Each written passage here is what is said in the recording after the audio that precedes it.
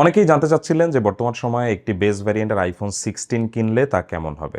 এটা জানার জন্য আমাকে এই ফোনটি ব্যবহার করতে হয়েছে। ব্যবহার করতে গিয়ে এই ফোনটিকে আমার কিছু ক্ষেত্রে ভালো মনে হয়েছে, কিছু ক্ষেত্রে খারাপ মনে হয়েছে। আজকের ভিডিওতে আমি আপনাদের সাথে সেই বিষয়গুলো শেয়ার করব। একদম শুরুতে এই ফোনটার যেই ব্যাপারটা আমার কাছে ভালো লেগেছে তা অবশ্যই এই ফোনটির কম্প্যাক্ট স্লিম ডিজাইন। ছোটখাটো ফর্ম ফ্যাক্টরের ফোন হওয়ার কারণে এই ফোনটা হাতে খুব ভালো হ্যান্ড ফিলিং দিয়েছে। ব্যাকগ্রাউন্ডে ফ্রস্টেড গ্লাস ডিজাইনের কারণে কিন্তু এই ফোনটা কিছুটা প্রো ফোনের মতো ভাইব দিয়েছে আমাদেরকে। আরেকটা ব্যাপার বলতে হবে যে এই ক্যামেরা ডিজাইনটা আমার কাছে খুবই ভালো লেগেছে। আমার কাছে মনে হয় যে বেস ভ্যারিয়েন্টের ফোনে একটা প্রো ডিজাইন হয়েছে এই ক্যামেরা কাট আউট ডিজাইনটার কারণে।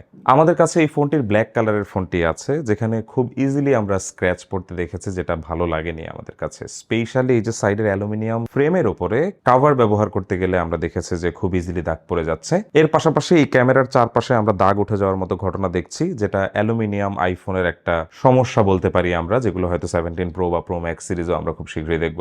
আইফোন 15 থেকে আইফোন 16 দুটো বাটন বেশি আছে, যেমন বাম পাশে আমরা এখানে একটা অ্যাকশন বাটন দেখতে পাচ্ছি এবং ডান পাশে আমরা কিন্তু একটা ক্যামেরা কন্ট্রোল বাটন পেয়ে যাচ্ছি। আইফোন 16 এর সবচেয়ে ডাউন পয়েন্ট হচ্ছে এই ফোনটার ডিসপ্লেটা, কারণ এই ফোনটার ডিসপ্লেটা 60 হার্টজের একটা ডিসপ্লে। তবে সত্যি কথা বলতে যে অনেক মানুষই আছেন যাদের জন্য 60 হার্টজের বেশি কখনোই প্রয়োজন পড়ে না। তবে এই কথাটা এখনকার সময় আসলে মানায় না, কারণ আইফোন 17 সিরিজে যেহেতু আমরা এখন প্রমোশন ডিসপ্লে দেখতে পাই, কাজে এই ফোনটি যারা কিনবেন ডিসপ্লের দিক থেকে আপনাদেরকে পিছিয়ে থাকতে হবে। তবে নর্মাল ইউজে এই ডিসপ্লেটা আমার কাছে ভালো লেগেছে, তবে প্রমোশন না থাকাটা আমি সত্যিই মিস করেছি। এবছরের 17 এর তুলনায় এর ডিসপ্লের সাইজটাও কিন্তু কিছুটা কম। এখানে 6.1 ইঞ্চের একটি ডিসপ্লে আছে। এটি একটি super retina XDR OLED display, যার রেজলিউশন 1179x2556 পিক্সেলস।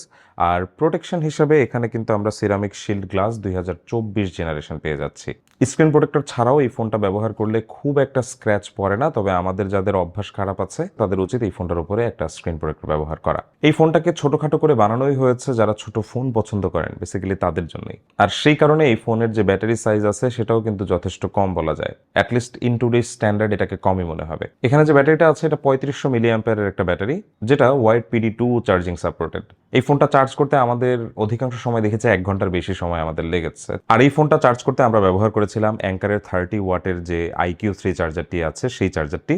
এই চার্জারটির সাথে 18 মাসের একটি ওয়ারেন্টি থাকে, তাই এই চার্জারটি নষ্ট হয়ে গেলে কোনো প্রকার কোনো টেনশন থাকে না। আর তাই আমি আপনাদেরকে রেকমেন্ড করব যে বেশি টাকা দিয়ে অন্য যে কোনো চার্জার কেনার চেয়ে অ্যাঙ্কারের এই 30 ওয়াটের অ্যাডাপ্টারটা কিনে নিন। আমার মনে হয় যেটা আপনাদের ফোনের জন্য ভালো হবে। এর পাশাপাশি যারা একটু বড় রকমের টাইপ C to C কেবল খোঁজেন তাদের জন্য অ্যাঙ্কারের 240 ওয়াটের একটি কেবল আছে আমাদের ওয়েবসাইটে। আপনারা চাইলে এই কেবলটি আপনাদের জন্য নিতে পারেন। কেবলটির লেন্থ অনেক বড়, প্রায় 3 ফিটের মতো লম্বা হয় এই কেবলটি। এর পাশাপাশি পুরো কেবলটি ব্রেডেড হওয়ার কারণে কিন্তু এটা বেশ ভালো টেকসই হবে। এই দুটো প্রোডাক্টই আপনারা পেয়ে যাবেন আমাদের ওয়েবসাইটে। ওয়েবসাইটের লিংক দেওয়া থাকবে ভিডিও ডেসক্রিপশনে। বেস ভ্যারিয়েন্টের আইফোন 16 দুটো ক্যামেরা আছে, যার মধ্যে মেইন ক্যামেরা সেন্সরটা 48 মেগাপিক্সেলের আর আলট্রা ওয়াইড ক্যামেরাটা হচ্ছে 12 মেগাপিক্সেলের। দুটো ক্যামেরাই দুর্দান্ত ছবি তুলতে পারে। যদি ভিডিওর কথাও বলি, দুটো ক্যামেরাই দুর্দান্ত ভিডিও করতে পারে। যদিও এই ফোনটাতে টেলিফোটো ক্যামেরা সেন্সর নেই, তবে যেহেতু ফিউশন ক্যামেরা আছে একটি 48 মেগাপিক্সেলের, এটার সাহায্যে আপনি ক্রপড ইন করে 2x এ 12 মেগাপিক্সেলের ছবি ক্যাপচার করতে পারবেন, যে ছবিগুলো যথেষ্ট ভালোই বলা যায়। পোর্ট্রেট ছবি তুলতে গেলে আপনি ম্যাক্সিমাম 3x এ ছবি তুলতে পারবেন, তবে 2x পর্যন্তই পোর্ট্রেটের ছবির যে রেজলিউশনটা আছে সেটা যথেষ্ট ক্রিস্প থাকে। প্রত্যেকটি ছবির ডাইনামিক রেঞ্জ অ্যাকুরেট ছিল, প্রত্যেকটি ডিটেইলস কালার খুবই ভালো লেগেছে আমাদের কাছে। ইভেন ডেপথ ইফেক্টও যথেষ্ট ভালো লেগেছে। তবে যদি আলো কম থাকে সেক্ষেত্রে হয়তো এজ ডিটেকশনের ক্ষেত্রে কিছুটা নয়েজ আপনারা পেতে পারেন। তবে নাইট মোডেও এই ফোনটা থেকে বেশ ভালো ছবি তোলা গেছে, এটা সত্যিই দুর্দান্ত ছিল।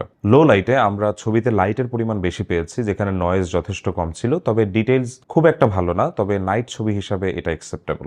ভিডিওতে আইফোন 16 আপনি 4K 120 FPS এ শুট করতে পারবেন না, এটা শুধুমাত্র 16 প্রো সিরিজের জন্য অ্যাভেলেবল। তবে এখানে 4K 60 FPS ও বেশ ভালো ভিডিও করা গেছে। আলট্রা ওয়াইডেও আমরা যখন ভিডিও করেছি প্রপার লাইটিং কন্ডিশনে আলট্রা ওয়াইডের ডাইনামিক রেঞ্জ খুবই ভালো ছিল, ডিটেইলসও বেশ ভালো ছিল। তবে যখন আমরা মেইন এক্সে শিফট করেছি, মেইন এক্সের ডিটেইলসটা সবচেয়ে বেশি ভালো ছিল, যেখানে ভিডিওগুলো খুবই শার্প এবং কালারগুলো যথেষ্ট ভালো লেগেছে। এর পাশাপাশি আপনারা যখন 2x এ ভিডিও করবেন, 2x এ ভিডিও রেজলিউশনটা কিছুটা ড্রপ করবে 1x এর তুলনায়, তবে আপনারা এখান থেকেও বেশ ভালো রেজলিউশন পাবেন বলে আমি আশা করি। ক্যামেরার দিক থেকে আইফোন 16 কোনোভাবেই পিছিয়ে নেই। বেস ভ্যারিয়েন্টের এর আগে বের হওয়া যে কোনো ফোনের থেকে আইফোন 16 এর ক্যামেরা অনেক অনেক ভালো। এই কারণে আমি ভিডিও শুরুতে বলেছি যে এটা যে কোনো নর্মাল ইউজারের জন্য একটা খুবই ভালো ফোন হতে পারে। আর নর্মাল ইউজাররা আমার মনে হয় না যে এর থেকে বেশি কিছু চায়। আর যাদের অপটিক্যাল জুম লাগবে তাদেরকে কিন্তু পুরোনো আইফোন কিনে নিতে হবে, যেগুলো প্রো বা প্রো ম্যাক্স সিরিজের। যেমন বর্তমানে আপনি আইফোন 14 প্রো ম্যাক্স পেয়ে যাবেন, একটি বেস ভ্যারিয়েন্টের আইফোন 16-এর দামে। কাজেই আপনাকে বুঝতে হবে যে আপনি কি ধরনের ইউজার। যদি আপনার টেলিফোটো ক্যামেরা সেন্সর লাগে সেক্ষেত্রে অবশ্যই iPhone 16 is not a good choice for you. তবে আপনি যদি লেটেস্ট চিপসেট চান এবং ছোটখাটো কম্প্যাক্ট ডিজাইনের ফোন চান সেক্ষেত্রে iPhone 16 can be a very good option for you. আলাদা করে যদি ফ্রন্ট ক্যামেরার কথা বলি, আইফোন 16-এর ফ্রন্ট ক্যামেরাটাও খুবই ভালো লেগেছে আমাদের কাছে। 12 মেগাপিক্সেলের এই ফ্রন্ট ক্যামেরাটি দিয়ে আমরা খুবই ভালো ছবি তুলতে পেরেছি। ফ্রন্ট ক্যামেরাটি 1.9 অ্যাপারচারের এবং এটি দিয়ে 23 মিলিমিটারের ওয়াইড ফোকাল লেন্থে আমরা সেলফিগুলো তুলেছি, যে ছবিগুলো ডিটেইলস, কালার, শার্পনেস সবই খুবই ভালো ছিল।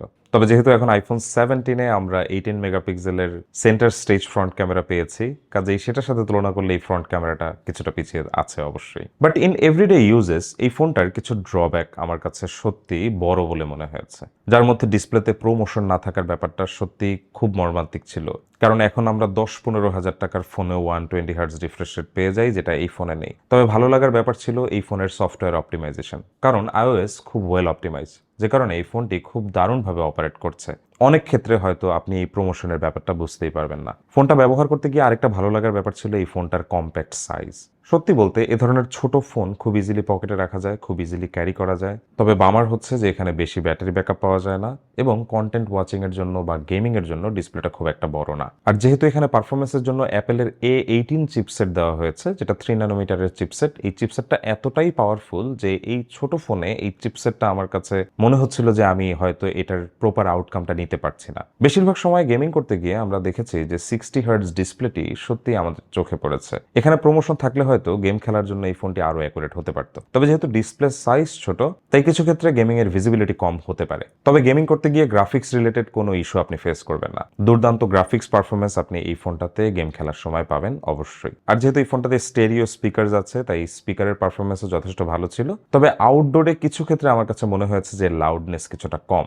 বর্তমান সময়ে অ্যান্ড্রয়েড ফোনে আমরা এর থেকে ভালো স্পিকার পেয়ে যাই, যেগুলো আরো বেশি লাউড সাউন্ড জেনারেট করতে পারে। অনেকগুলো ড্রব্যাকের বাইরে এই ফোনটা সবচেয়ে বেশি এগিয়ে থাকবে এই ফোনটার লং টার্ম সফটওয়্যার আপডেটের কারণে। যেহেতু আইফোন 16 বের হয়েছে মাত্র 1 বছর আগে, তাই ধরে নেওয়া যায় যে এই ফোনটা আগামী 4 থেকে 5 বছর সফটওয়্যার আপডেট পাবে। প্রতিটি লেটেস্ট অপারেটিং সিস্টেমের সাথে এই ফোনটাকে প্রপারলি অপটিমাইজ করা হবে এবং এই ফোনটা লম্বা সময় ধরে ব্যবহার করা যাবে। কাজেই আমরা যারা নর্মাল ইউজার আছি, যারা মনে করি যে একটা ফোন আমি শুধু ব্যবহার করব ফোনে কথা বলার জন্য এবং এর বাইরে আমি যে সফটওয়্যারগুলো ব্যবহার করব সেই সফটওয়্যারগুলো যাতে ভালোভাবে কাজ করে, কখনো যেন ফোনের সফটওয়্যার গ্লিচের শিকার হতে না হয় বা কোনো একটা কাজের সময় যাতে ফোনটা হ্যাং না হয়ে যায়। এর পাশাপাশি এর যে ক্যামেরাটা আছে সেই ক্যামেরাটা যাতে লম্বা সময় ধরে একটা ভালো পারফরমেন্স দিতে পারে। বেসিক্যালি তাদের জন্যই এই আইফোন 16 ফোনটা। অনেকেই আছেন যারা সেকেন্ডারি ডিভাইস হিসেবে আইফোন ব্যবহার করেন, তাদের জন্য এই ধরনের বেস ভ্যারিয়েন্টের ছোট ফোন খুবই উপকারী হয়। তবে আপনারা যারা প্রাইমারি ডিভাইস হিসাবে একটি আইফোন 16 ব্যবহার করতে চাচ্ছেন, তাদেরকে আমি সাজেস্ট করব যে আপনারা এটা না কিনে rather you can go for any pro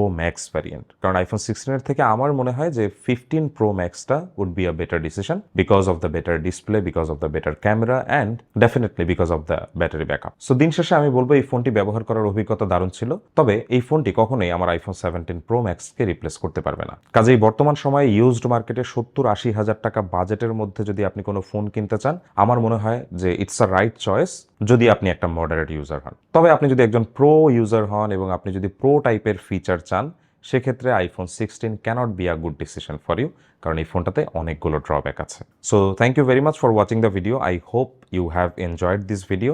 এর বাইরে যদি আপনাদের আরও কোনো প্রশ্ন থাকে, আপনারা অবশ্যই আমাদের কমেন্ট সেকশনে করতে পারেন। আর আপনারা যারা অ্যাঙ্কারের চার্জার এবং কেবল অর্ডার করতে চাচ্ছেন, তারা অবশ্যই আমাদের ওয়েবসাইট থেকে অর্ডার করে নেবেন। সবাই ভালো থাকবেন, দেখা হবে পরবর্তী ভিডিওতে। আল্লাহ হাফেজ।